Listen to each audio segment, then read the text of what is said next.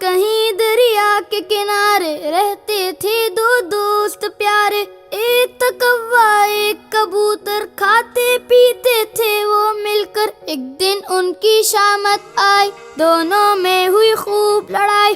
پہلے اپنے منہ کو کھولا، پھر غصے سے کبوتر بولا، کوے ہوتے ہیں کنجوس، کالے بھدے اور منحوس، کاکا شور مچاتے ہیں، سارا دن سر کھاتے ہیں۔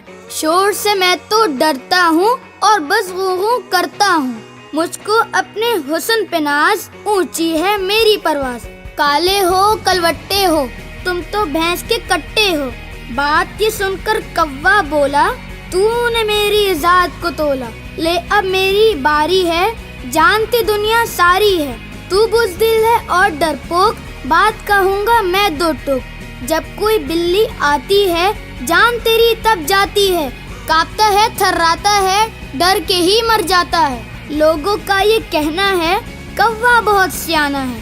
اتنے میں ایک لومڑ آیا پیڑ کے نیچے آ کر بولا، لڑتے ہو کچھ شرم کرو، لہجے اپنے نرم کرو، اللہ اللہ کیا کرو، نام اسی کا لیا کرو، میں تم کو سمجھاتا ہوں، پھر سے دوست بناتا ہوں، جلدی سے تم نیچے آؤ، آ کر مجھ سے ہاتھ ملاؤ۔